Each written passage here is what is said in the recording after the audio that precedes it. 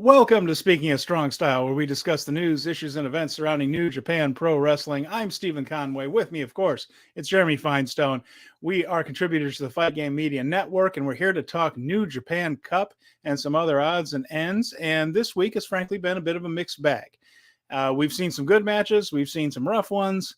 We also have a new NJPW Strong women's champion. We'll talk about that. And we'll also talk a little bit about the passing of Yutaka Yoshie as well. So plenty to talk about as usual here this week. We had a lot of shows to watch. And Jeremy, just the overall vibe of New Japan for you this week. I mentioned the mixed bag. I felt like there were some highs and lows over here. We're not seeing a ton of consistency yet. But your thoughts just on these a lot of shows to watch over this past week as we continue in the Cup. Okay, so a couple weeks ago, I made a idea that TJP could go really far in this tournament, and it didn't really work out. And the reason I did that was because otherwise I saw a completely predictable tournament where it's just like, you got a title match in the King of Pro Wrestling here, you got the tag titles here, you have that never open weight title here, you have the TV title here. So, or not the TV title, but I was thinking of Zack Sabre Jr. when he used to have it. But you have all these titles set up, and you have all these guys that you can predictably see are going here, there, and everywhere. And you're just like, okay, there's no twist, there's no turn. Yes, Jack Perry in the House of Torture is interesting, but right now he's just a goon. You know, it's like he's just a goon in the tournament with a stable that's existing. And so I don't think it's a mixed bag for me. I just find it so predictable. Like, it's just, there's no elevation to the whole thing.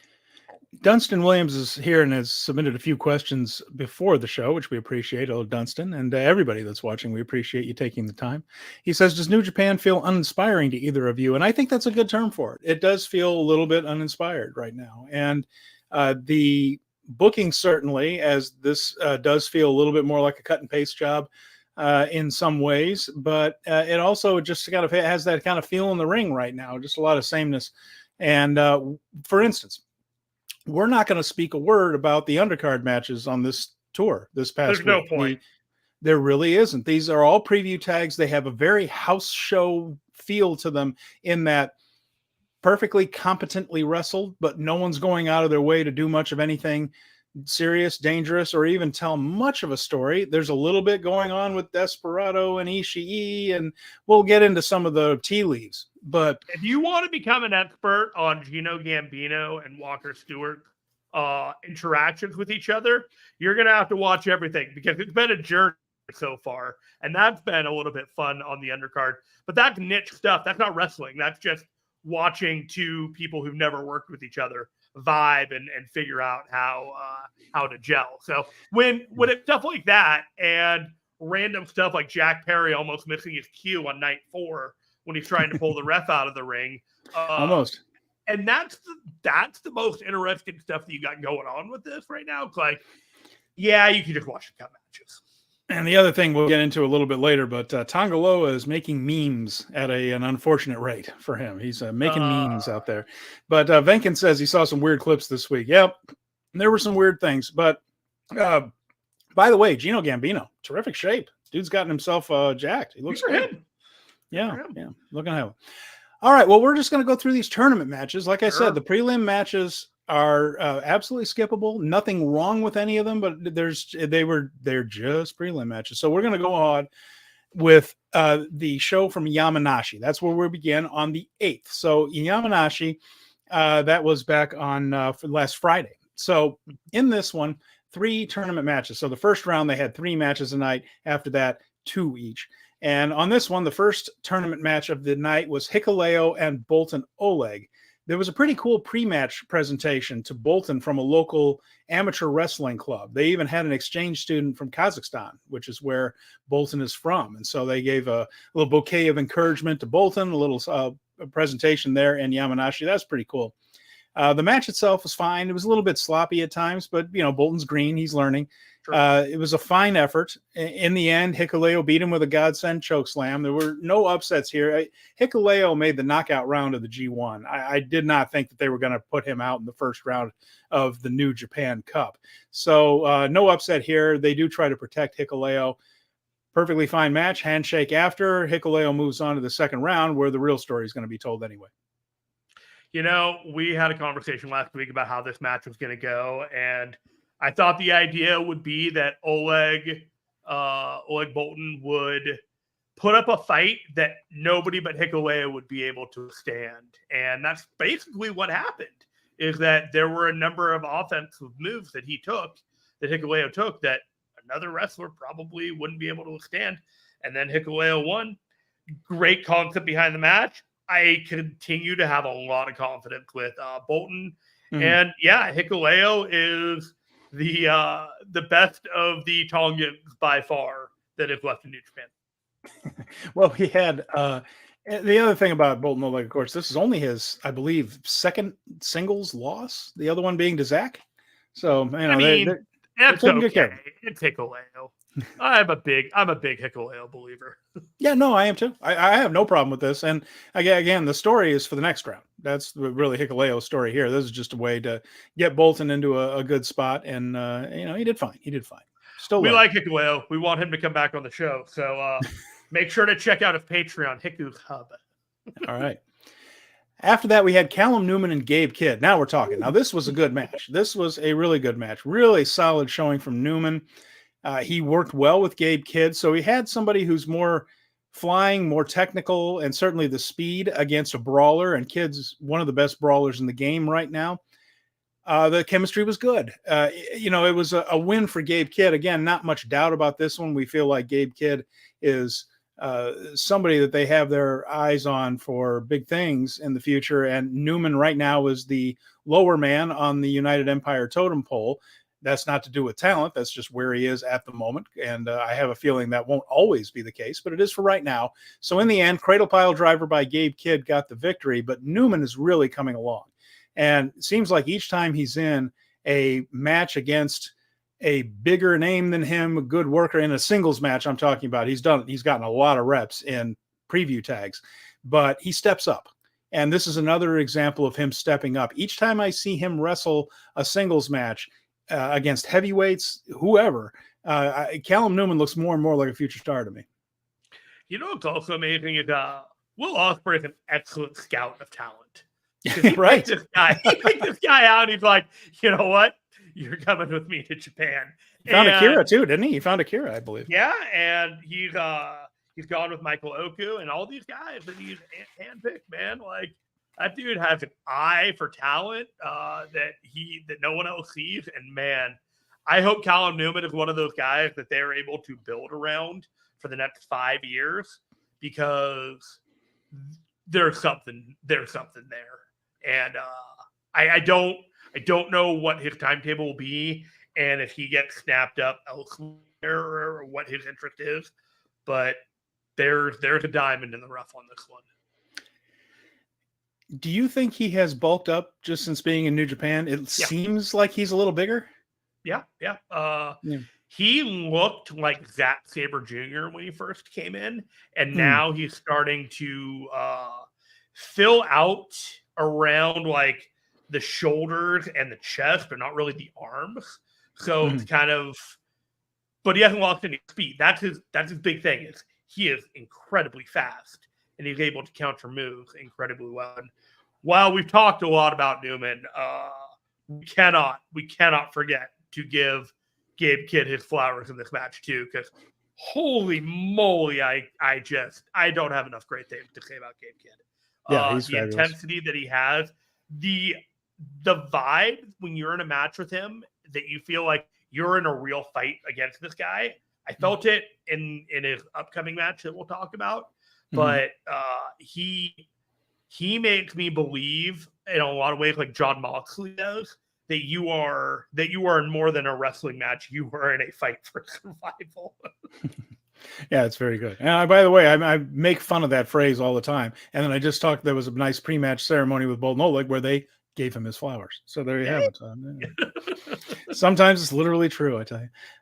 The main event in this one was another terrific match. So this show overall it ended very well. Semifinal and final were real good matches. This was Yuya Uemura against Shingo Takagi. And this one went over 23 minutes. It's in Shingo's hometown. This is where he's from. This area anyway, the Yamanashi area. And he lost in his hometown last year. And one of the things I noticed when we look at some of the attendance, and we'll talk a little bit about that later, another mixed bag, but attendance here, I also noticed that a lot of these buildings are regulars on the New Japan Cup tour, and some of them don't really see New Japan other than during the New Japan Cup. You know, it's like they have their circuit for the Cup, and a couple of the places, it's about the only time they go there. Now, Yamanashi's a little different, but it was Shingo's hometown, and he lost last time, so he had some making up to do. And the story was Uemura working Shingo's arm, and which is smart because he's gotten a couple of surprise submissions off of that arm bar that he got Yota Tsuji, for instance, and things. So that established that there was a threat to Shingo here, that he might get trapped in that arm bar and have to tap. They worked a slower main event style because they were going 20, and Shingo knows exactly how to do that. So this is an example, Jeremy, what I was talking about. When Tsuji and Uemura worked 20, 25 minutes, it had its little dead spots because they're not used to doing so. Well, here he is in there with Shingo Takagi, and it was fabulous. So it just shows you it takes experience, takes time to learn how to work a long match. And here he is in with a guy who knows exactly how to do it, and Shingo Takagi. And these are the kind of things that are going to make Yuya Uemura a main event guy down the road when you learn how to work a match like this. And it was just good. It was very Shingo stylistic, yes, in that they went back and forth. It was a Shingo match. They went back and forth with hard clotheslines, boots, that type of stuff. And Uemura would work his way back to the arm. Shingo hit a Made in Japan for a 2 count, and that's what kicked things in. You notice that gear shift in a New Japan match when guys start working towards big moves and countering them. And Uemura got a long armbar spot for a rope break, but Shingo did get that rope break. He came back with a pumping bomber for 2, last of the dragon for 3. And Uemura kicked out of some hard shots, some good near falls in this match. And this is one that's going to help Yuya down the road, even though he took the L. This, we talked last week about who we thought would advance and who wouldn't. And after Yuya lost the hair, and then the obvious comparisons to Naito and Stardust by Charlton on the broadcast, basically everything that they told you that he was in a rebuilding phase, he wasn't going to win this match. And Shingo, the more I think about it, seems like a very safe pick to win this whole thing, because Moxley and Naito are going to happen. Moxley already faced Shingo. If Shingo faces Naito before Moxley does, by dearth of winning the cup, and loses or wins, doesn't, but I would presume, loses. You've got a good cup. You've got a good winner. You've got the threat of Finlay, because I still don't think SANADA is making it past the semifinals without, unless Ghetto's fully on autopilot and wants to punish everybody and threaten SANADA for another match with Naito in April. I don't think SANADA is going to make it to the finals, because just not the thing. So what do you think? Shingo to the finals? Win the I mentioned it before the year, actually before Wrestle Kingdom. I thought that if you were going to put down betting odds, I would say that David Finlay was someone who could win this New Japan Cup. I still think that's very possible. You almost talked me into TJP right there, but I still think that's very possible. It was, and I just wanted it to be interesting, man. David Finlay, God bless him. Just having the top heel and a top babyface go for it.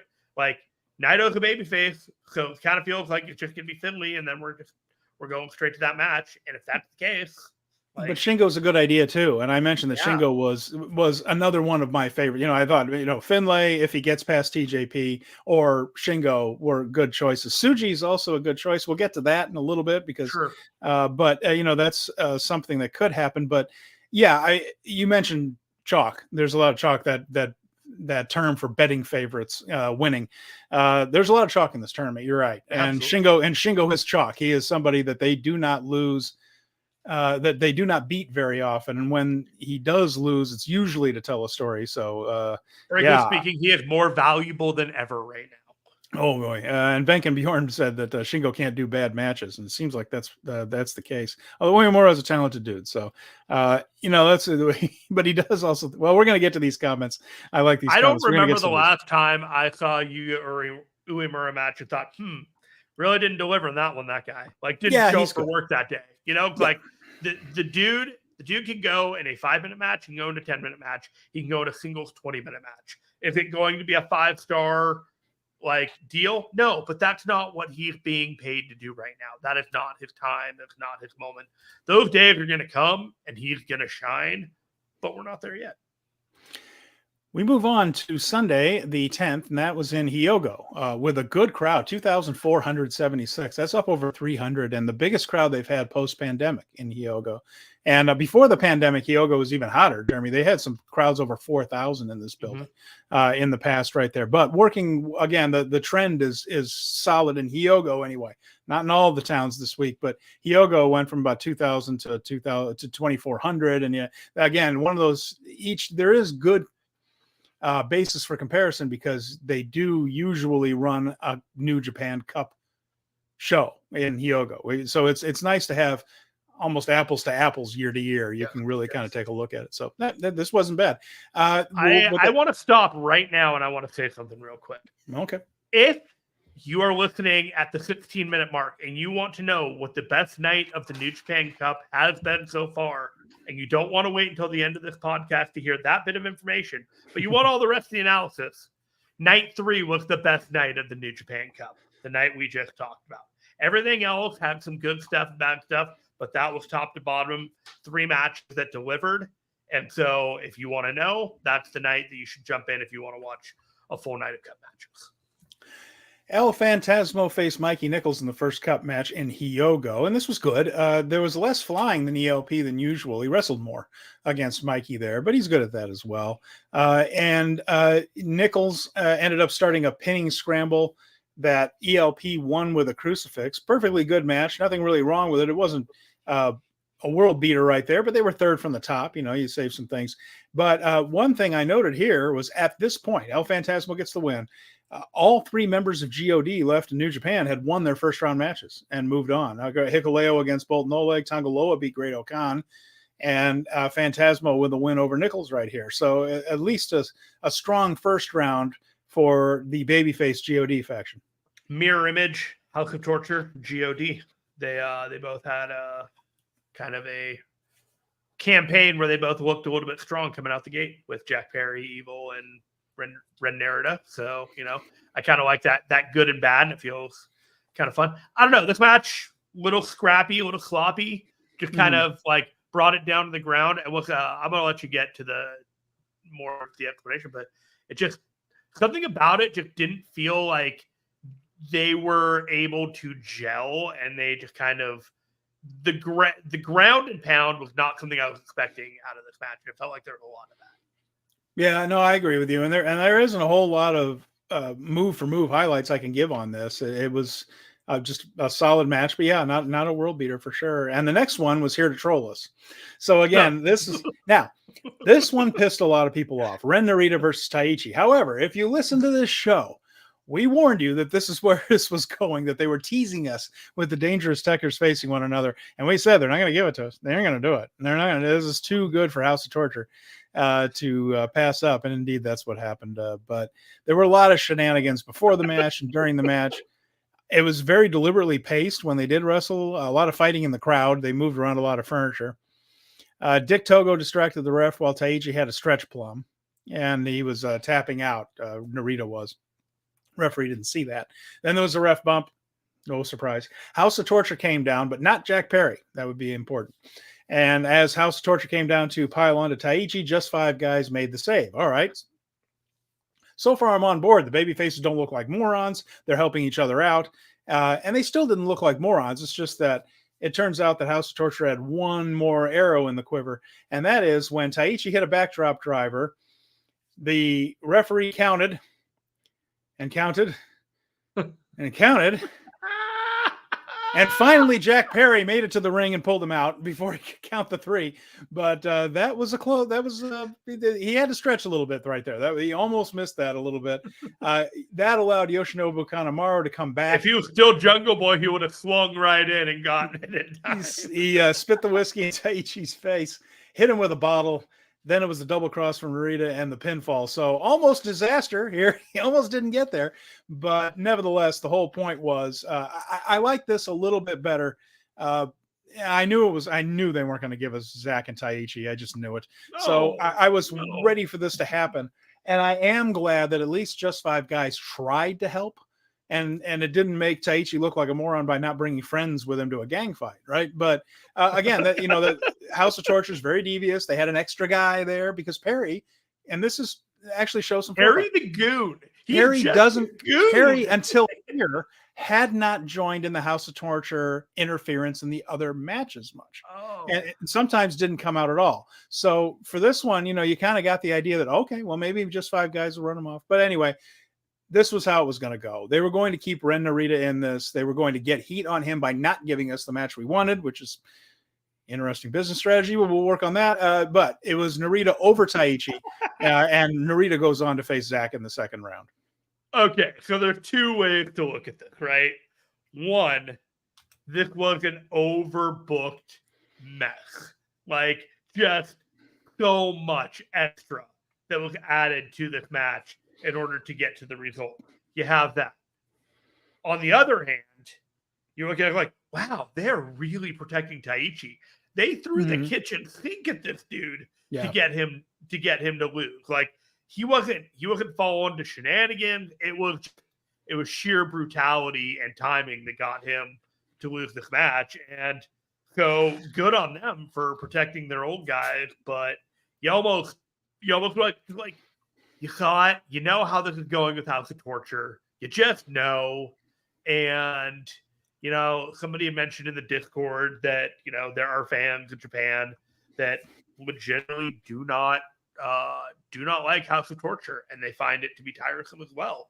And so I don't know. There's got to be a little bit of give and take there that some people are a little exasperated with it there. And if you see magic like this, you're like, I can see why they are, but at the same time, it was a means to an end, and this is pro wrestling. And this is how they get through, like, what they need to do to elevate Ren Narita, to make Taichi look strong so that he is viable for the rest of the year. And it's pro wrestling. I'm not sure I agree. See, I think the House of Torture is over more as heels in Japan than it is to the Western audience. I think the Western audience, House of Torture still has a lot of go away heat. We don't like this. Right. But we see a different brand of wrestling all the time over here where the House of Torture style looks a little bit irritating next to some of the stuff we see in North America. My impression, and, from merchandise sales ain't bad, that type of stuff, I feel like they are over more as traditional heels in Japan than they are over here. It's not, there's some go away heat, but I think people are genuinely have traditional pro wrestling heel heat toward House of Torture in Japan, meaning I think they're a little bit more over there than they are over here. And it's not so bad among the Japanese audiences because they're also not used to seeing this done differently and better. But yeah, I think there's a lot of people that want to logic out how things work in Japan based off of what they see from American wrestling. And I do it from time to time, and it blows up my face. So I've learned not to. But it's like it's a common thing, and I get it. So, and of course, Venkin mentions Kanemaru being a POS to his former stablemate. Yeah, and that's a long running story of Taichi's underlying anger toward Kanemaru for turning his back on him after they had gone through so much in Suzuki-gun. That's something I think is going to go on for a while, and we might even see them against each other. It'll have a little extra sauce on it whenever they meet in preview tags. So that'll happen too. And but I mean, the match was. It was fine. The whole thing was a vehicle for the House of Torture It angle. was executed to get to the direction it needed to go. And eventually Taichi will get his revenge, probably in the G1 or something like that. And it'll be fine. One of my great bits of frustration with the Shota Umino Evil match at New Beginning was that they made Shota look dumb. He didn't bring friends to a gang fight when he knew that stuff like this was going to happen. And now we've seen Just Five Guys. We've also seen LIJ come down and help each other. We've seen it a little bit because Taguchi helped Desperado a little bit. So we're starting to see a little bit of that pushback from the babyface side. But for Umino, I just thought he looked like a numbskull and looked silly because he didn't have help. He lost again and failed. That was part of my frustration toward that Evil win.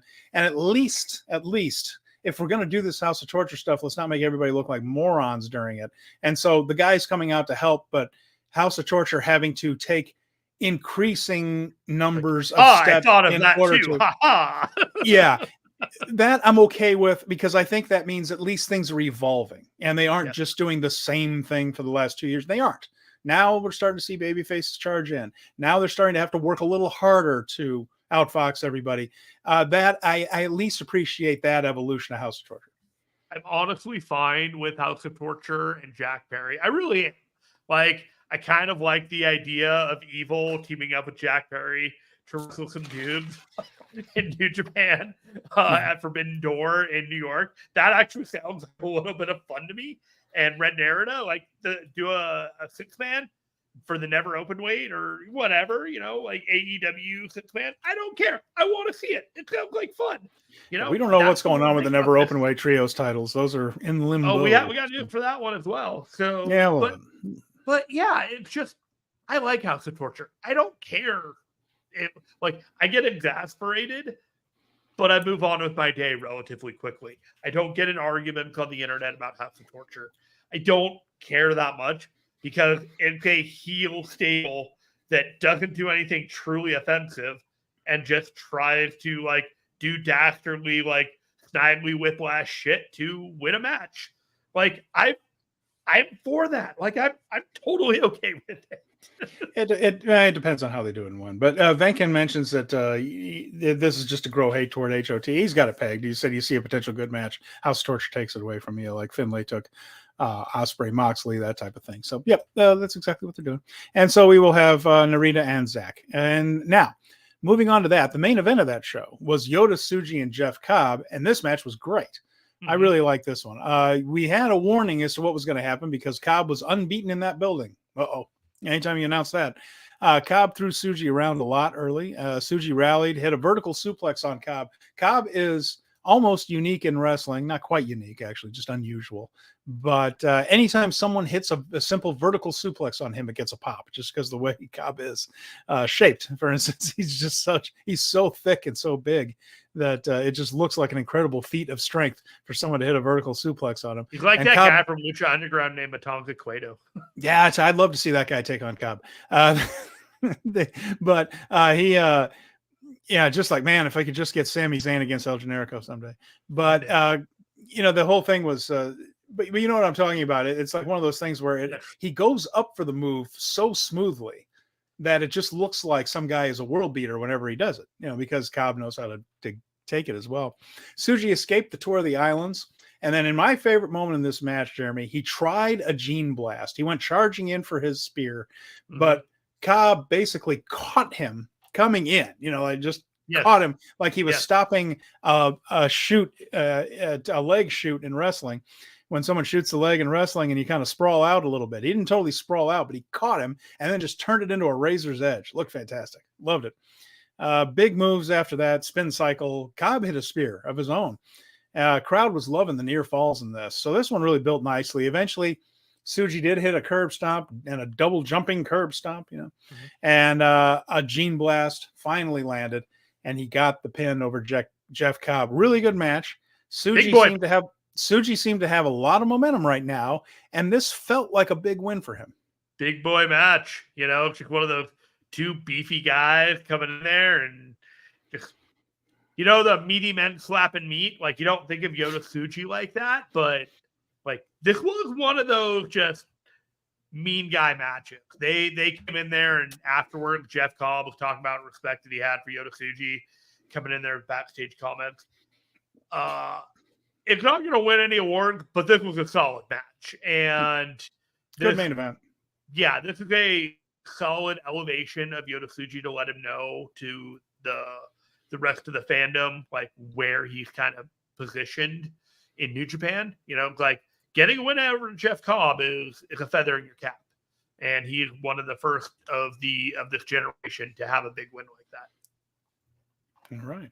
So that was it for that show there. Again, a strong crowd in Hyogo. And then we moved on to Ehime, which is a bit of the opposite. So let's talk about Ehime just a little bit, because we spent 2 nights there. And in 2 different cities. Ehime is a prefecture in Shikoku Island. I want to make sure I get that right. Shikoku Island. So it's a different island than Honshu, where you see Osaka and Tokyo and Hiroshima. It's just south of Hiroshima. And it's one of the prefectures on that island. And it has a total population of 1.3 million, but it's spread out a little bit. And frankly, the shows there, they run this regularly. It's a New Japan Cup town or prefecture. They do run the cup there, and they do things other times sometimes, but it's mostly a New Japan Cup prefecture, and it kind of doesn't draw all that well and never really has. I think it's just servicing the area a little bit and just saying, well, we've got to do a show over there. We do have fans when there are people. They asked for a show, so we'll do one. Yeah, but from 2,400 to 838, is no. There were a couple of sparse looking crowds. That's not even right. This was in Matsuyama on the 11th. This is the largest city in Ehime, 668, and that's actually up a little bit. Sure. So, but just a little bit. It never draws that great, despite being the largest city there. But you gotta service the area. So, what they saw was Jack Perry against Toru Yano. So I can't imagine this is going to help a whole lot. So, and Colin mentions this, and it's worth saying. I'm frustrated because the Jack Perry matches have actually been decent despite the House of Torture nonsense. And then we had another comment from Venkin where he thought that Jack Perry's going to win the whole damn tourney. I don't know about that one, but what if he did? What if he did? But what we're looking at here is Perry and Yano. They did what they could, but we knew how this would go. Yano used the antiseptic spray in the eyes. He threw the jacket over Perry's head and rolled him up to tease an upset. I'm not sure anyone actually thought he was going to upset it. Yujiro attacked, but he ended up getting himself handcuffed to the rail instead. Rough night to Yujiro. That handcuff stuff's not working out for Yujiro. He's going to have to try to find something else. A lot of pin combos, that type of thing. Quick flash pins, which Yano does well. He has that amateur wrestling background. He can make it look like he could wrap somebody up and get a flash pin. So Perry was at least in a little bit of theoretical jeopardy there. And but eventually, because the House of Torture has to cheat to beat Honma now in the prelim matches. So we're doing it here again. Kanemaru came out. House of Torture beat down after a ref bump. Yano got a low blow to tease him getting through it, but Perry ended up giving Yano a low blow and the knee for the 3 count. It was not good, but this wasn't a situation where Perry was really going to be able to shine a match with Toru Yano. We're not expecting 5 stars here. I'm going to blow your mind here. Oh, God. You liked it, didn't you? I did. Oh, I thought it was the most. You are short on sleep. I thought it was the most watchable Yano match I've seen in years. It was a better version of it. It was a better version of a Yano match than usual. It was Yano as more of a straight. And there were gags that he did, but they wrestled for like 5 or 6 minutes, and there was like legitimate spots here where these two actually wrestled each other. And I was like, holy moly, these two are actually having a wrestling match for like a second here. And, it's like, you'll bring up the Zack Sabre Jr. match. Paul Fontaine did when we were talking about it. I mentioned it. And I'm like, that was kind of a different match because Zack Sabre Jr. kind of forces him to do to change it up. This was Yano wrestling a Yano match, but tempered to a guy unfamiliar with all the bells and whistles of a Yano match. He wasn't throwing this at Jack Perry. So you got a very moderated Yano match with wrestling to pepper in between, and it just flowed really well to me. And I was fine with it. But it was just It was the best Yano match that I've seen in a long time. I was highly entertained. The next one was another second round match between SANADA and Yoshihashi. Now, both of these guys are excellent tag team wrestlers, but they can be sluggish in singles matches. And we got that here, unfortunately. And I say seriously, the first 10 minutes of this match, completely forgettable and skippable. Like, not much happened. And here's the thing. Both of these guys tend to take a long time between moves.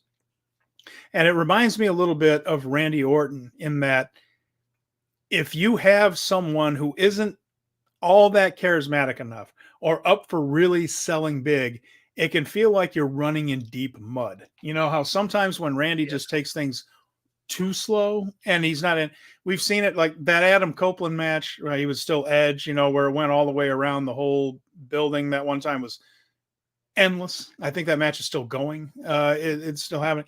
But then you get Randy against somebody who really turns it on the selling, and it's exciting.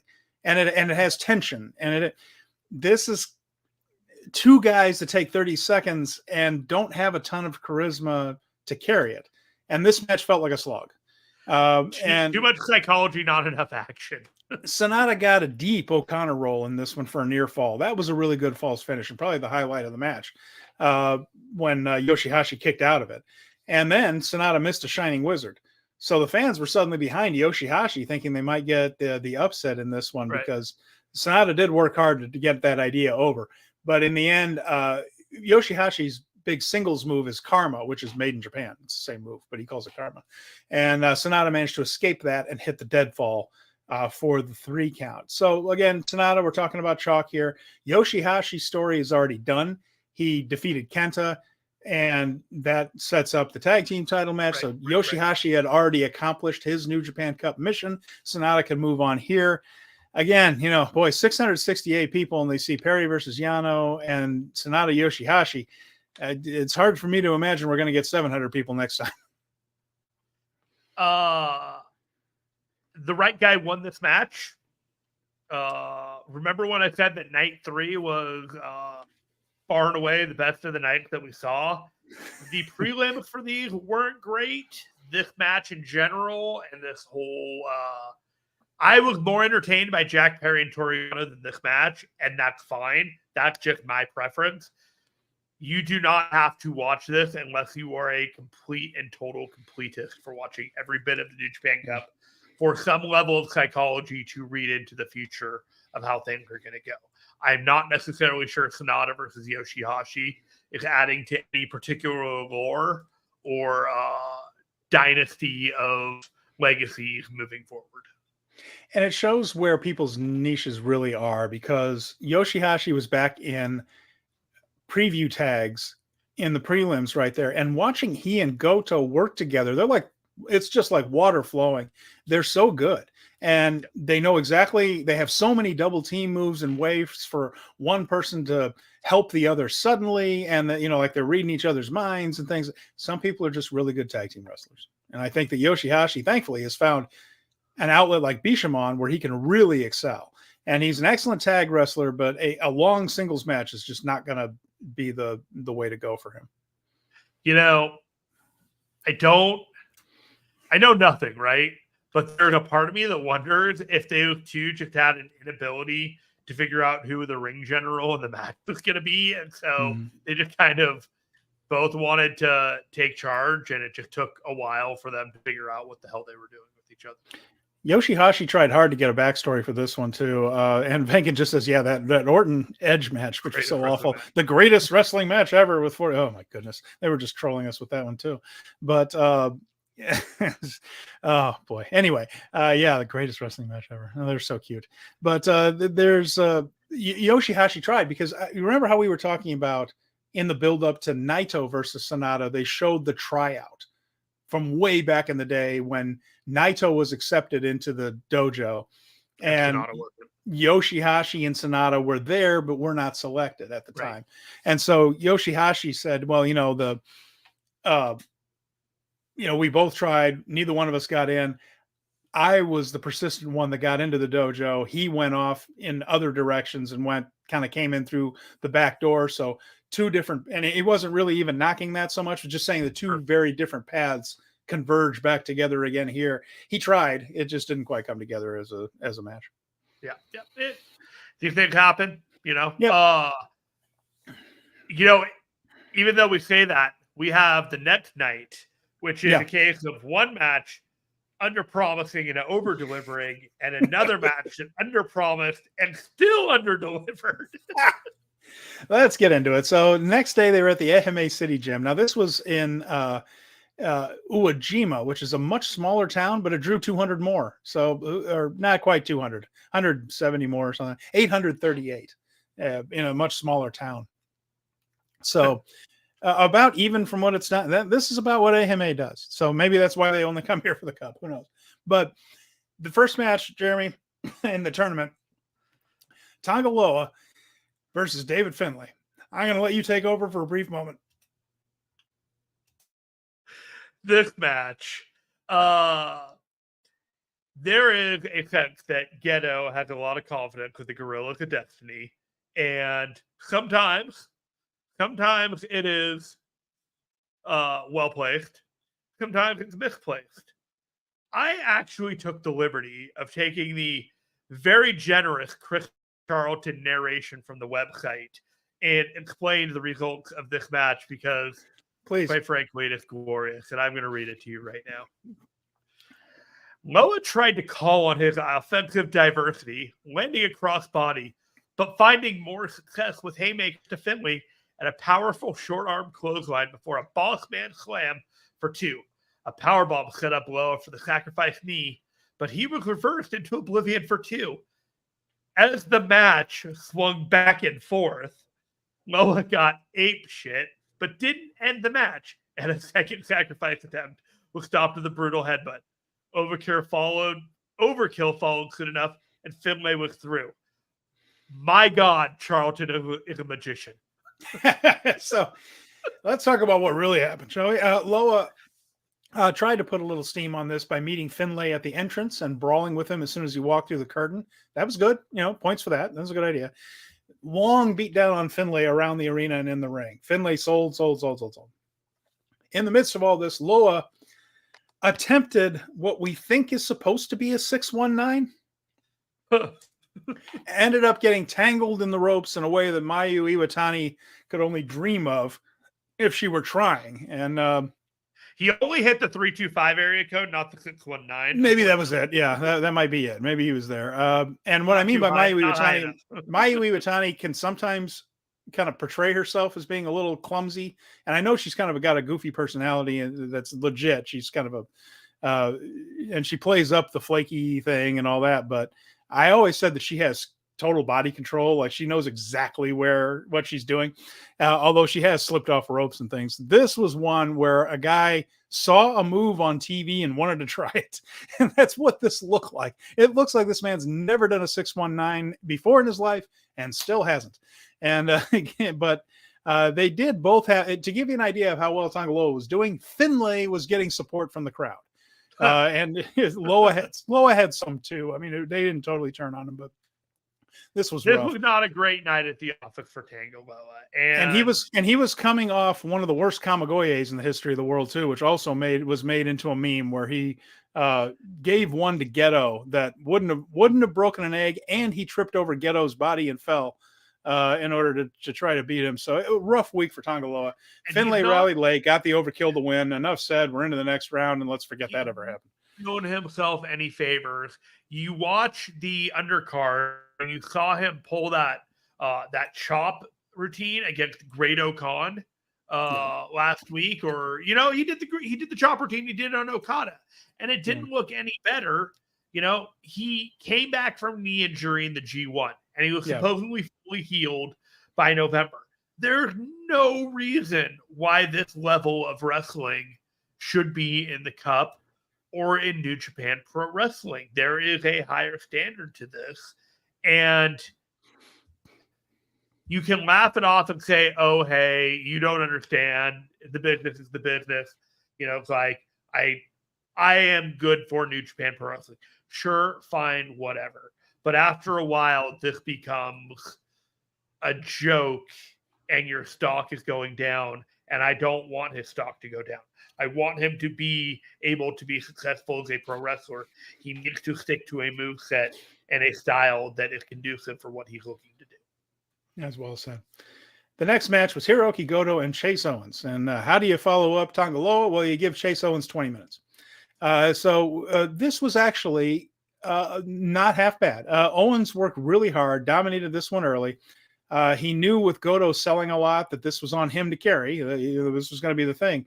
Of course, he was on top most of the way early because he was doing the job at the end. He would run into the Goto wall sometimes, either a boot or a lariat or something like that, but Owens would get back on top. So it was mostly dominated by Owens early. Goto kept coming closer to getting the package pile driver, which is over as a move because they protect it. You know, he just beat Ishii with it. So anytime he would get close, the fans would kind of, Sure. because they felt like if he hits this thing, it actually is the end. He did C Trigger, Dream Killer. Goto managed to land a Shoto using the ropes, that finishing move he does with Yoshihashi, but instead of Yoshihashi using the ropes. That was about the 20-minute mark. He managed to avoid the package pile driver again and hit the GTR. I have to say this, Owens worked really hard in his two matches, and the Ishii match was really good. Again, people assumed is Ishii carrying him, and Ishii did a lot of that. But I think Chase did his part in these two matches. Yes. I think he worked very hard. It was a better version of Chase than we've often gotten, and this was a pretty good performance from him.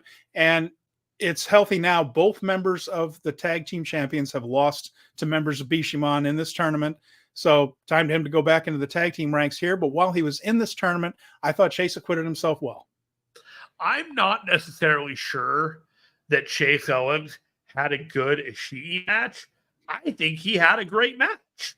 Like there are people that wrestle a match with Ishii, and when I remember watching that match, it's like, that was the best match I've ever seen Chase Owens have. And it wasn't because he wrestled Ishii. It just, he wrestled a good match as a competent 34-year-old man who's been in the New Japan system for a while, and it was time to actually execute. The guy knew what he was doing. And he was just in a pretty serious car wreck just before coming over for this tour too. So, I mean, no doubt he's not feeling 100%. He is a professional, and he looked great there. He looked great in this match with Goto. I don't know if he is going to elevate some kind of mean streak and fit in with the War Dogs, because there might be an opportunity there for him. But whatever it is, if you're paying attention to New Japan, you're realizing that, the crown jewel over there is actually, there's some value to that rock. Yeah. No, you're absolutely right. So, decent stuff from him on that one. So we move on now to Okayama on March 13th. And this one had attendance of 1,207, which is about even for what Okayama usually does. And the tournament matches were Hikuleo and Evil. Now, this is one little subplot they did do during the preview tags. There was a lot of House of Torture post-match beatdowns on Hikuleo over the course of the day, weakening his leg, trying to set up something for this match. So Evil went right to work on that leg when the match started.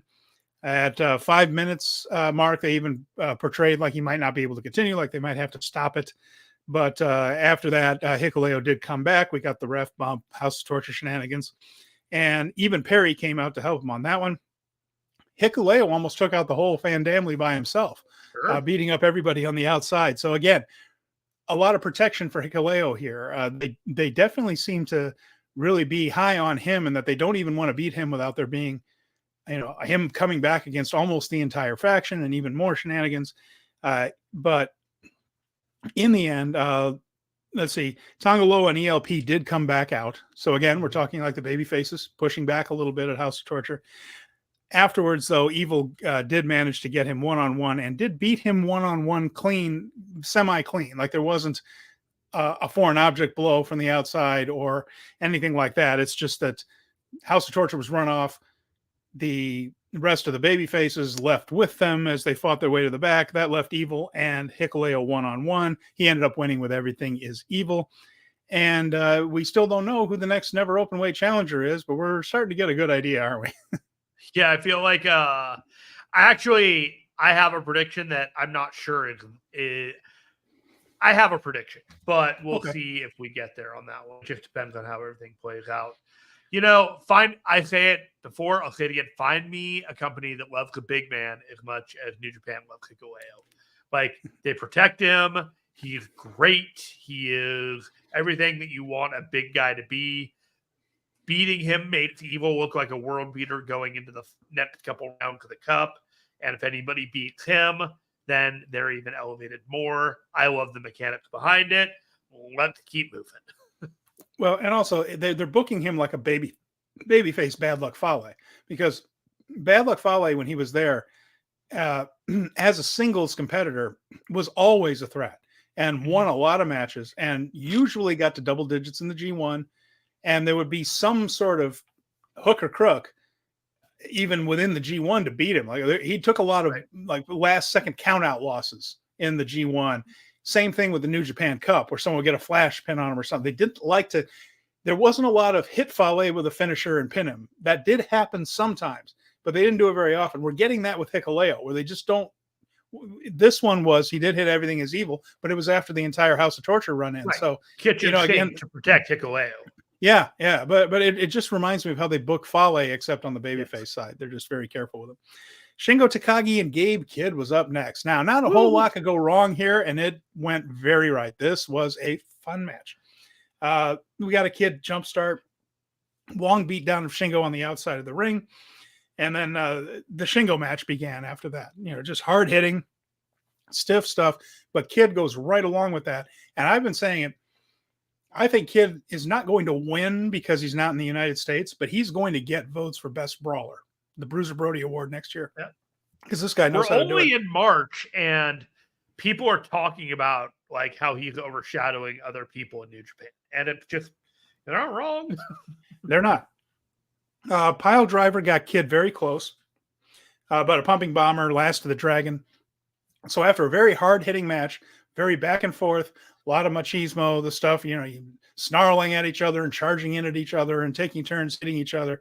It was a Shingo match, but Kidd does this kind of stuff too. It's really both of their types of matches. More brawly version of it, which is the Kidd factor of it, more of a brawl version of it. But this was really good. And I bet this was a make good for the Rev Pro show. I was just about to talk about that. I think that Rev Pro show probably would have been a bit more epic. I have a feeling they probably would have been given a little more time. But this felt like probably what they had in mind for that, which is just bruising. And in the end, Shingo winning at the end. And I thought it was interesting. Tsuji and Naito came out afterwards and had a very amicable thing, but that's not what we see very often from LIJ. But both Naito and Tsuji came out afterwards. Of course, Naito the champion, Tsuji still in the New Japan Cup, and they did the little fist raise, and everyone admired the belt a little bit, and but it was all friendly. There were no turns and no even hints at a turn. But I did think that was interesting that Naito is still playing up the idea that I wouldn't mind defending this title against one of my stablemates. Do you think just one of them, or multiples throughout the year?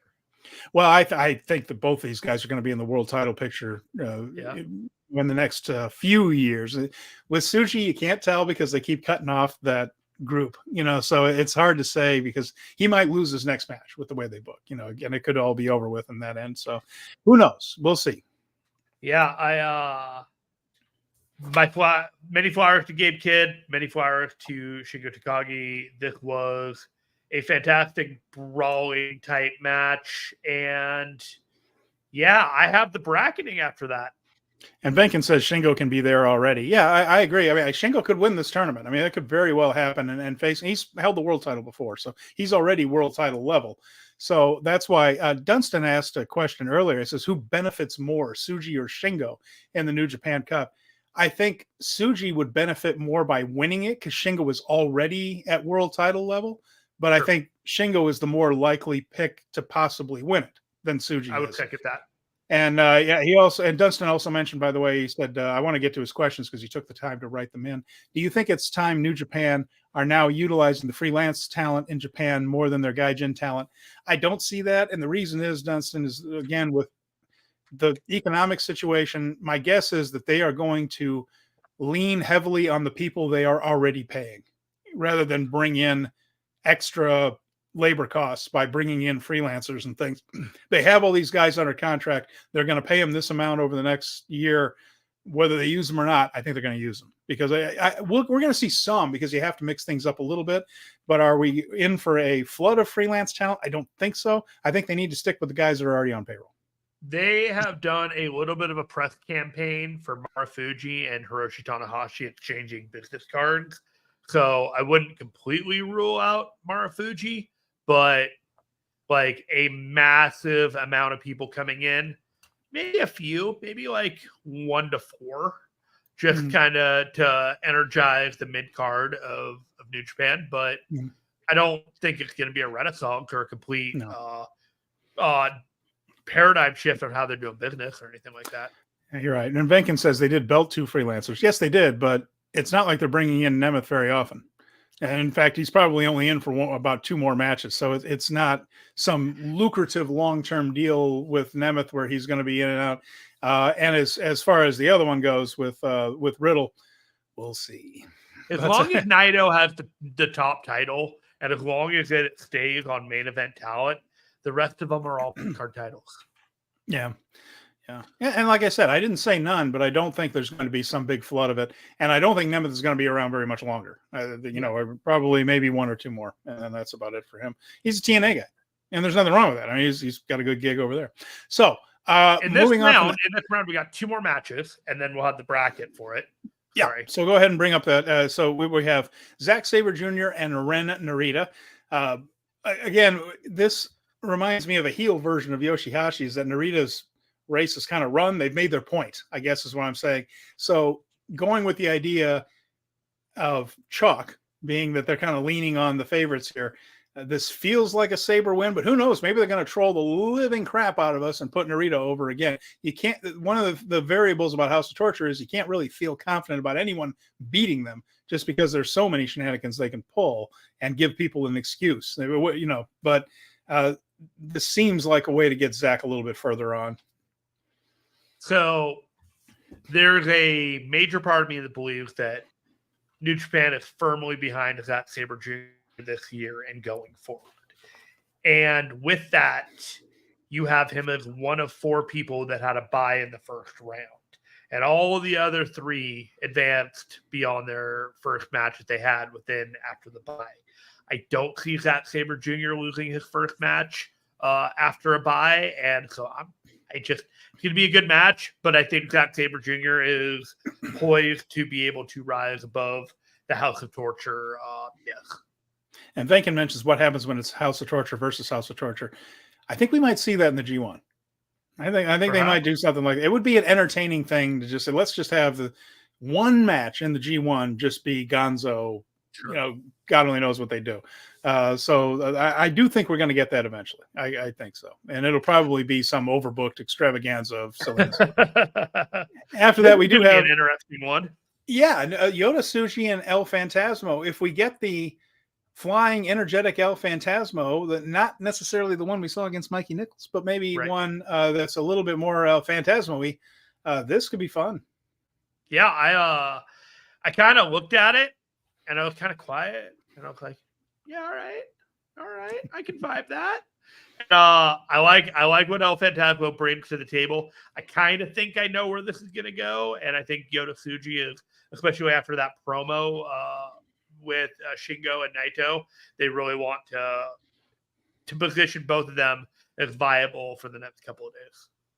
And that is Friday, March 15th. So that's just in a few hours, really, about less than 12 hours in Osaka. And now we're in a different building than usual. There's my venue nerd stuff, Jeremy. We are in the Kaneoka Park Gym. The reason is they can't go to the usual arena.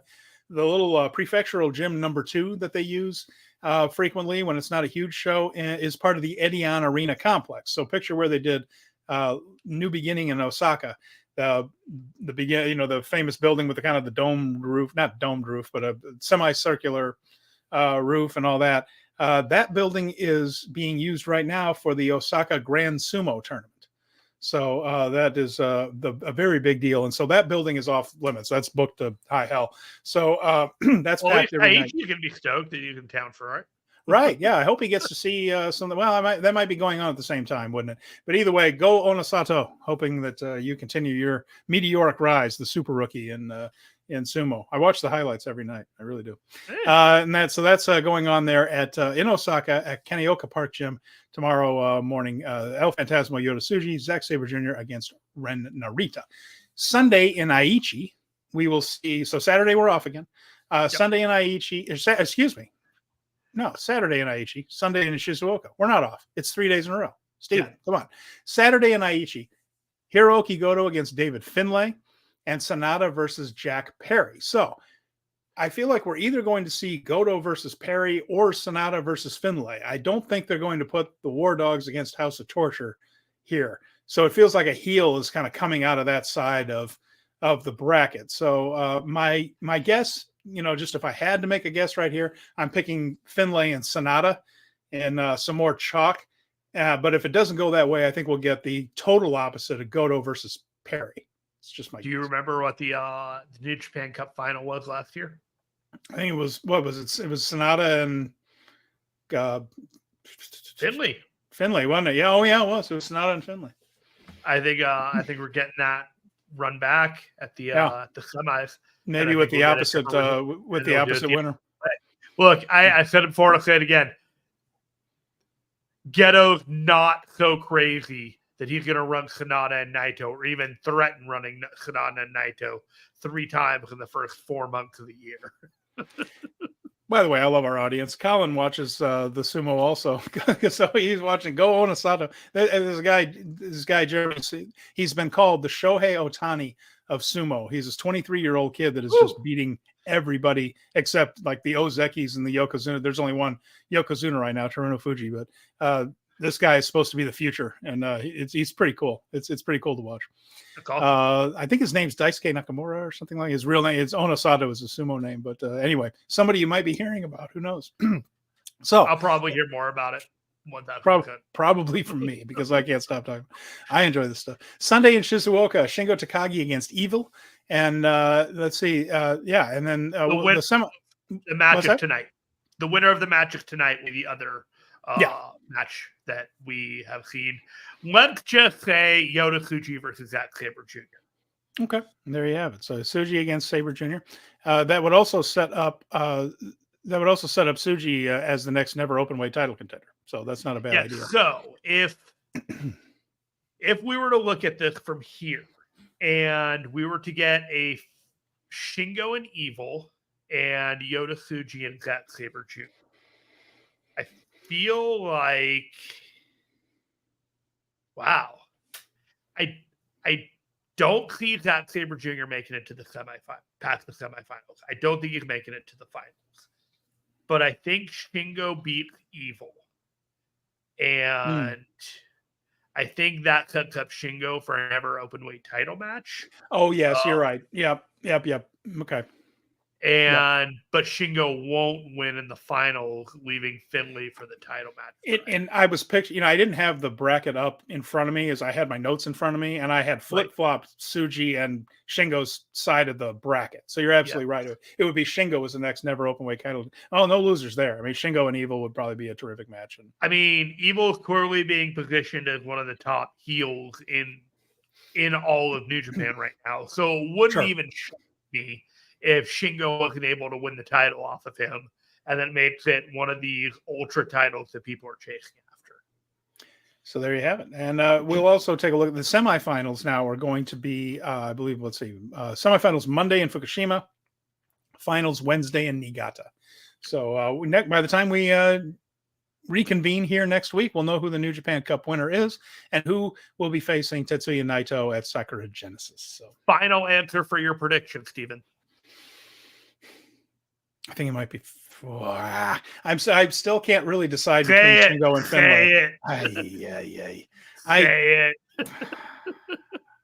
Say it. I want to see. I think this is such a great opportunity to have an interfaction match without breaking up a faction. Yes. So I want Shingo versus Naito I think I'm going to get Finlay versus Naito, which won't be bad. I just want Shingo versus Naito. I think we're getting Finlay versus Naito. I would not have a problem with Shingo versus Naito. There's a lot of reasons why it worked really well as a title match before presumably Moxley versus Naito. And what I'd ultimately like to see is Moxley versus Naito for the title again at Forbidden Door as one of the top matches, because that's one of the premier things that they could do for that New York City show. But I don't know if they're going in that direction. And Venkin mentions Evil wants to go for Naito too. Well, everybody does, but Evil already has a belt that they need to kind of get a match for. Yeah. That's my counter to that. And he also mentions that when is Sakura Genesis? April 6th, Saturday, April 6th is going to be Sakura Genesis. Colin says no one wants Finlay winning it. Well, he is a heel, and I understand what you mean. But there might be a you can't have good guys without bad guys, people. Yeah, darkness and light, right? And it is a guy that Naito could beat to get to the Moxley thing. I don't think he's losing at Sakura Genesis no matter who it is, because I think he's going to go into that Moxley match as the champion. I'll watch. He totally does. And Venkin mentioned same day as Mania. Yeah, it is. It's April 6th. So for the first night there. And Venkin also mentions 2 Cinderella days again. Yeah, the Cinderella tournament, their March Madness and Stardom is going on. And that tournament will continue this weekend as well. So a lot of good wrestling. And that brings us to a very smooth segue, because in Stardom, this past weekend at Korakuen Hall, Stephanie Vaquer came over from Mexico. And this was a big one because Friday night in Arena Mexico, they had an all-women's show and didn't have Stephanie Vaquer on it because she was coming over to Japan to wrestle Giulia at Korakuen on Sunday for the strong NJPW Strong Women's title. She defeated Giulia in a very good match. I watched it earlier today. It's fabulous. It's now up on Stardom World. Very good match. Also, by the way, Giulia's last successful title defense, a no-holds-barred match against Natsuko Tora, is up on NJPW World, the New Japan service. Fantastic match. Go watch it. It was also from Korakuen Hall. Really good match. And but Vaquer is just covered in belts right now. I think she has 3. She's on the biggest role of her career. She is now the NJPW Strong Women's Champion. It brings the belt back to North America. She does not have the visa issues that a lot of the CMLL workers do. So I think we're going to be seeing Vaquer in various places, especially with CMLL working with Ring of Honor, AEW, New Japan. I think we're going to be seeing Vaquer Chicago. Perhaps, we don't know, Forbidden Door, no announcements. I'm not trying to break news. I'm just saying that this is somebody that is in a much more convenient spot to bring in. Stock is rising, and she's going to be going everywhere as a result. She's excellent. And she reversed the Northern Lights bomb into a DDT, and then got a victory roll type of roll-up. She's affiliated as a heel with Oedo Tai, not an official member, but affiliated with Oedo Tai in Japan. And they use that, an Oedo Tai attack, to kind of set up the Tam Nakano save on Giulia, which leads to the Hell Freezing Over tag team before Giulia leaves the promotion. But point being, Vaquer is going to be on a lot of these shows, the NJPW Strong shows. We'll be seeing more of her. It's a good thing, people. She's really good. Absolutely. Forgot to do something at the top of the show, and we need to wish happy birthday to a friend of the podcast, Chris Samsa. It's his birthday today. So I just wanted to throw that out there and make sure that say, hey, Chris, we hope you have a happy birthday. Thanks for coming on the show last week. We'll see you soon. And Venkin says, I saw a lot of people dislike the Vaquer match. They think the shoulder was up. Well, I mean, it was a good match. So when she did the victory roll, they may have over-rolled a little bit, and Giulia got the shot. I can't bring myself to worry too much about that. But it was a good match.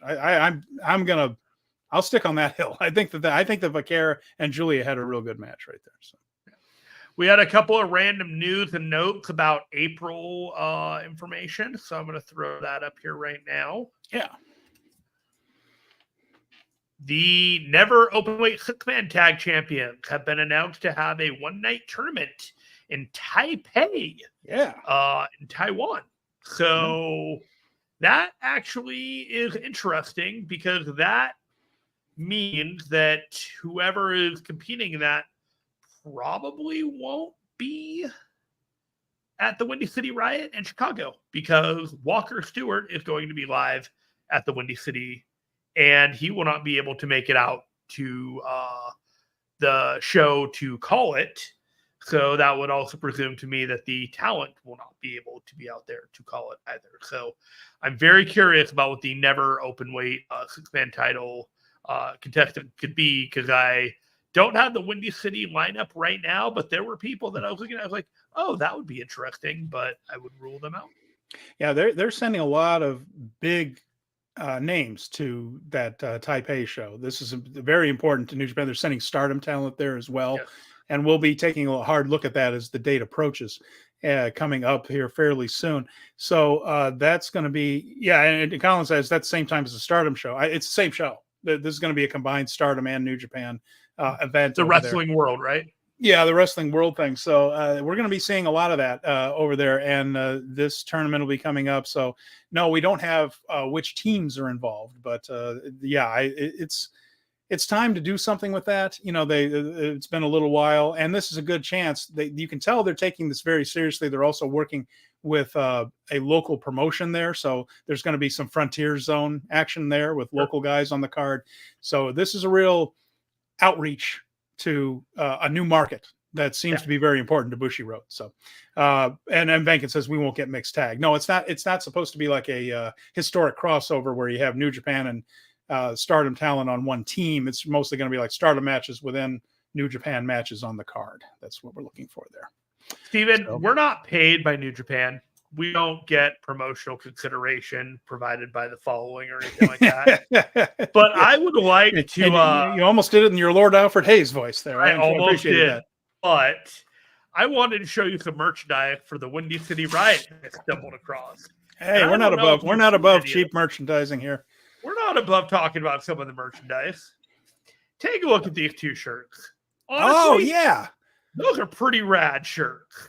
Oh, working the flag of Chicago in on the working the LIJ. That's a great looking shirt. This hits me in the heart. That's the flag of Chicago. Chicago, one of the few cities that has its own flag that is different than the state of Illinois, and it's got the stars, the blue. CM Punk often incorporates this into his gear, not always, but sometimes. So nice. So the flag of Chicago with the red stars and the blue with the War Dogs and LIJ logos. This is now you're speaking my language here. I'm enjoying this. Now I look at this and think, wow, they're really tapping into the market, and this is great. People really asking for this kind of merchandise. Now let me ask you this: if I were to show you the next picture, do you think anyone has asked for this kind of merchandise? Oh yeah, heck yes. Who doesn't? Who doesn't? Bullet Club War Dog throw pillow. Heck yes. For all your Bullet Club brutality needs in your home. Shut up and take my money. Chicago commemorative edition of Shut the up Bullet and take Club my War money Dog logo on your own limited edition throw pillow for any part of your house. I am calling my bank and asking them to raise my credit limit. I got to know. Venkin, by the way, Venkin, my goodness, sir. Is there a Jack Perry one with Crimea Chicago River? You, sir, are a genius. You sure are a genius. Yeah, well, I mean, they're about to dye the river green. I died. That's the St. Patrick's Day thing. They dyed the Chicago River bright green for St. Patrick's Day that's coming. Huh? Do they still do that? And they do that, yeah. And of course, the question, as they asked, the classic question that they asked, and they even put it in The Fugitive, which is that Harrison Ford and Tommy Lee Jones movie that was set in Chicago. They just said, if they can dye the river green on St. Patrick's Day, why can't they dye it blue the rest of the year? So it doesn't look just gray like it usually does. But yeah, they still do it. They still dye the river green every St. Patrick's Day. I literally asked somebody and I'm like, hey, did you take those throw pillow pictures of your house? And they're like, God, no. And I was like, fair enough. And Colin mentions, by the way, Mina Shirakawa from Stardom was at the Ring of Honor taping, so they brought Mina all the way over. So cool, glad to see that. Yeah, we're getting more of this stuff there, and it's a good news for fans. We're gonna these Ring of Honor, CMLL, New Japan, Stardom. They're working together. They are working, and these things always work until they don't. And I'm not trying to be a smartass about that, but it all it takes is for one party to get a little pissed off at the other and feel like they're the lower person on the totem. So let's enjoy it while it's happening. let's Well, enjoy that it while first it's week fun. in April where Stardom is working Ring of Honor and maybe Ring of Honor is working a little bit of Stardom and everyone's going to be cooperating. And then we potentially get CMLL and Stardom and all of that Forbidden Door, according to some of these reports. I don't know how long this is going to last. Enjoy it. Just enjoy it. And just from speaking historically, the one to worry about is CMLL, which sometimes gets a little too isolationist and territorial, but it ebbs and flows, and right now it's flowing, so we'll take it. Yeah, I'm happy to see it. Do you have any? Do you have any news and notes before you talk to Yoshie? We do.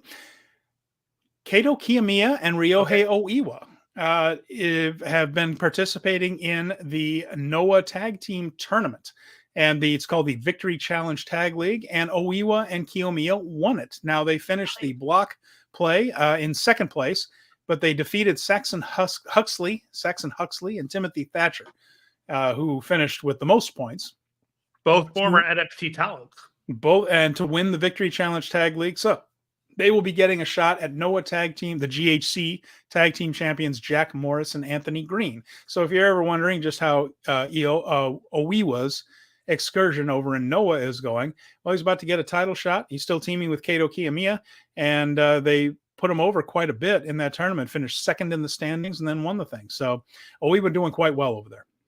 That's fantastic to hear. That dude is benefiting from his time with Kaito Kiyomiya, and it's good to see. He's growing at a pace that I'm not sure the other young lions, when they were off on excursion, had the ability to grow. Him and Ryohei Oiwa both, or the guy TMDK, the guy. Oh, Kosei Fujita. Fujita. I just completely blanked on. It's okay. All right. So yeah. So also worth mentioning too, and this is good. This is coming from the viewers here, of course. Venkin said he was surprised Mina was over so early, and she's a hell of a good wrestler. So I'm glad too. You worry sometimes that people are going to sit and stare because they don't know who they are, but Mina got over. It's great, and she's in Philadelphia next month. And yes, and Colin mentions the Stardom show from Philadelphia on WrestleMania weekend. Is going to be on April the 4th, not quite the weekend, a little bit before then, if it's April the 4th, but that's going to be available on Triller if you want to go look at it. So the busy weekend for Triller. No kidding.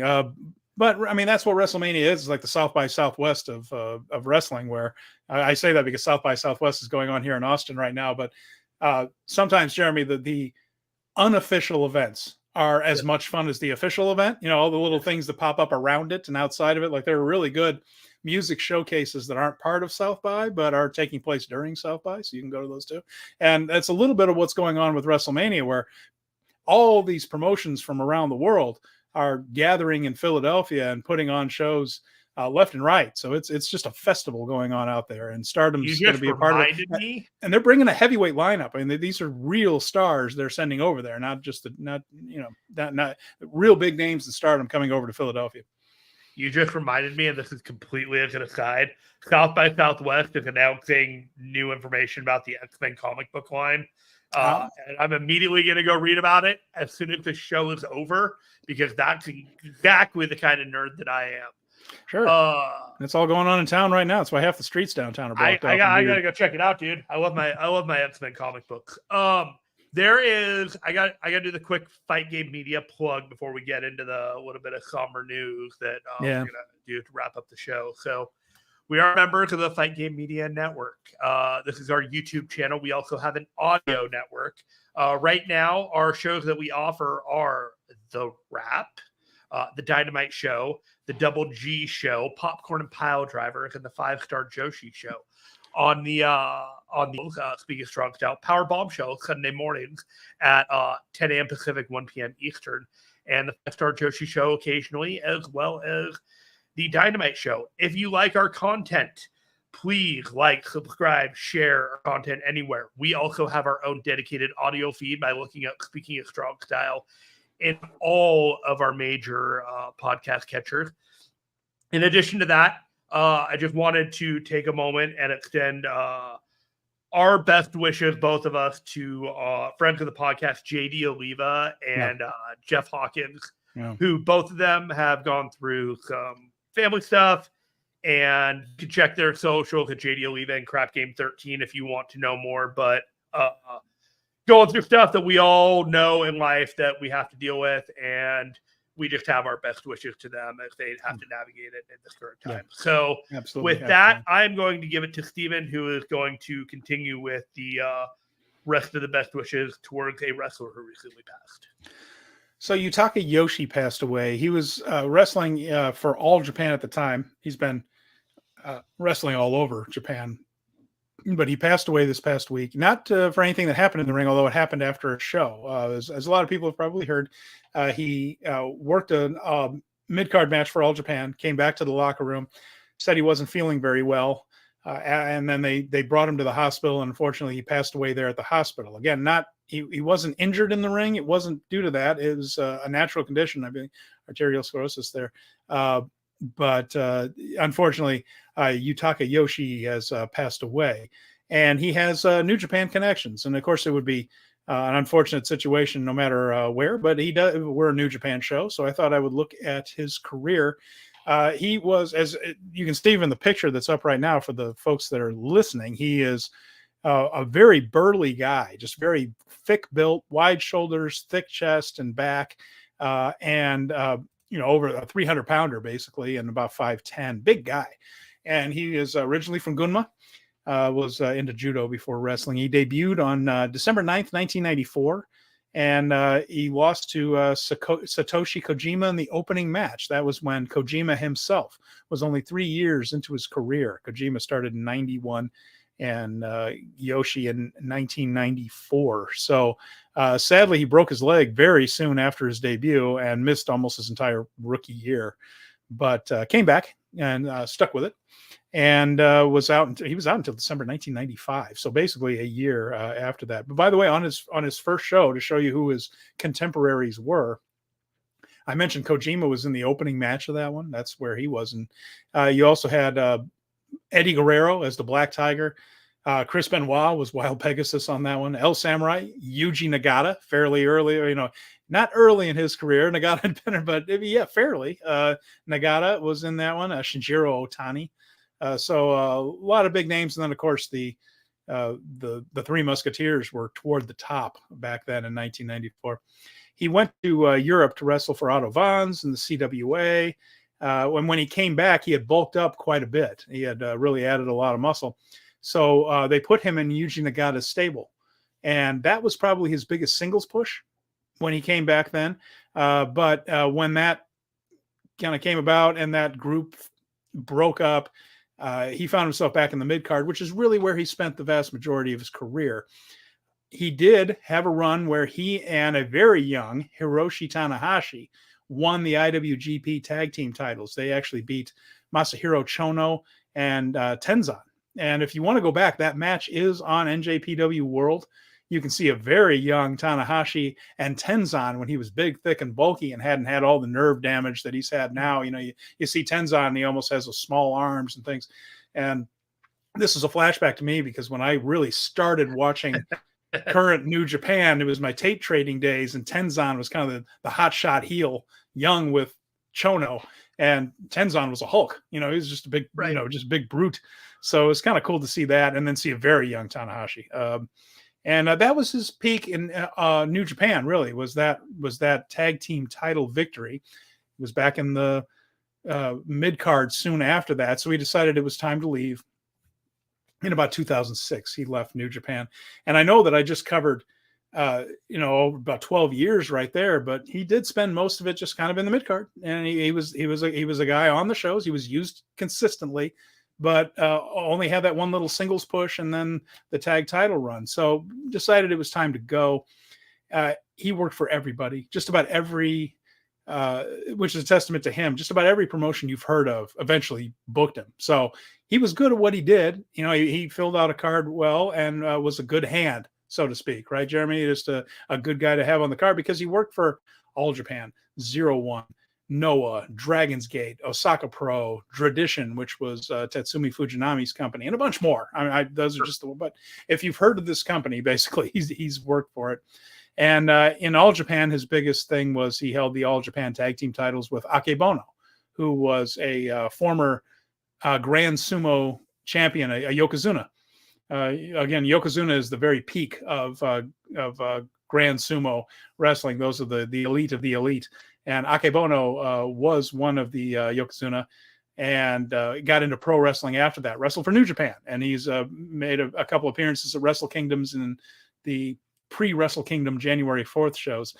So he teamed with Akebono, and if you see the size of Yoshie, and then you think about Akebono, who was a monster of a man, right.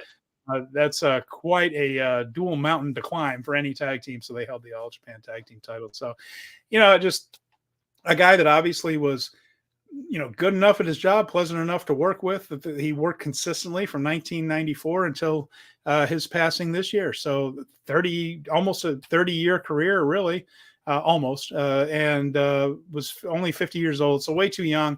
But former New Japan wrestler Yutaka Yoshie passing away just this past week. 50 is young. I'm 43, so now I'm looking at like when I was a little younger, I thought, wow, 50? What? Yeah. You had a good run. Like now, I'm looking down the barrel. I'm looking down the barrel. No. Yeah, I got way more. I got way more. So, just you hear what happened, and you're just like, it just sucks.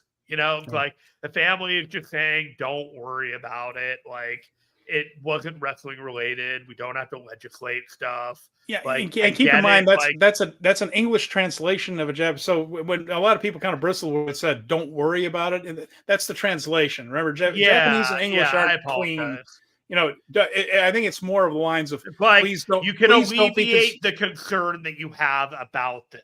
Yeah, wrestling did not kill him. Yeah, that's not what happened. This was not an injury. It wasn't like it looked like the Paraguayo in Mexico or anything like that. So. Yeah. But you have it, and you just kind of like the breath kind of falls out when you kind of read about a wrestler dying at a show, and like there are friends and colleagues and people that he worked with that had to go through with that and had to like see that and be a part of it. And, it's hard. It's like I've been in a position where a coworker has died, and you're just like, it messes you up. And I just hope that they're all able to navigate that moving forward. And it sounds like again, we weren't there, but it sounds like everybody did everything they could, because this was not a situation where somebody tried to tough something out or the promotion was cold to him. He got back to the locker room, said he wasn't feeling well. They took him to the hospital, and the doctors did everyone did what they could. And it was just his time. So this is not one of those wrestling stories where, unfortunately, the business hurts somebody. It does sound like this was just his time, and unfortunately, he was awfully young for that. But sometimes the universe decides that for us. And Yoshie, best wishes to his family and his friends, and our hearts are with them as they go through a difficult time. But and the All Japan locker room who've lost a colleague. So best of luck to everybody there getting past this. Condolences to all affected by this loss. Steven, we're gonna wrap this up pretty quick, but we are 4 episodes away from episode 100. Do you have any ideas about what we should do to celebrate this? Should we just put out a call and see if people want to come on the show, celebrate? Should we just do a normal show? I don't know where it falls on our where things are happening and when, but it's kind of around Windy City and all that stuff. Yeah, well, who knows? I don't know. Are you the guy that walked the party for 100, or you just want to be like, hey, good job? I think I'm more of a good job. I'm not a big I'm not a big demonstrative person when it comes to that stuff. I'm very proud that we've done just a head nod and back to work kind of for you. Well, you know what I'm saying. I mean, if something comes up, that's great. But what I'm mostly happy about is that we've gotten to do this nearly 100 times, and it looks like we're going to make it to 100. And it just makes me grateful for the folks here, like Venkin and Dustin and Colin and all the people that are regular viewers and listeners and everything else that have, whether you comment or not, and we're very grateful for the folks that do, but we're just as grateful for the people who watch and listen. And just the idea that we've been able to sit down here almost 100 times and talk about our favorite promotion and how it's going. I mean, it doesn't get much better. I'm just so happy that we've been able to do it for this long and this many times because I'm having a blast. We love to participate in the New Japan community, but at the same time, I am continually gobsmacked to think that we have some type of voice that people listen to about New Japan. So thank you for that. Absolutely. So with that in mind, we will wrap it up for this week, and we'll see what comes up. Maybe something will come up for the 100. But in the meantime, that's it for Speaking of Strong Style this week. For Jeremy Finestone, I'm Steven Conway. We'll be back next week with the ending of the New Japan Cup. With that in mind, everybody, we will talk to you again very soon. Peace out.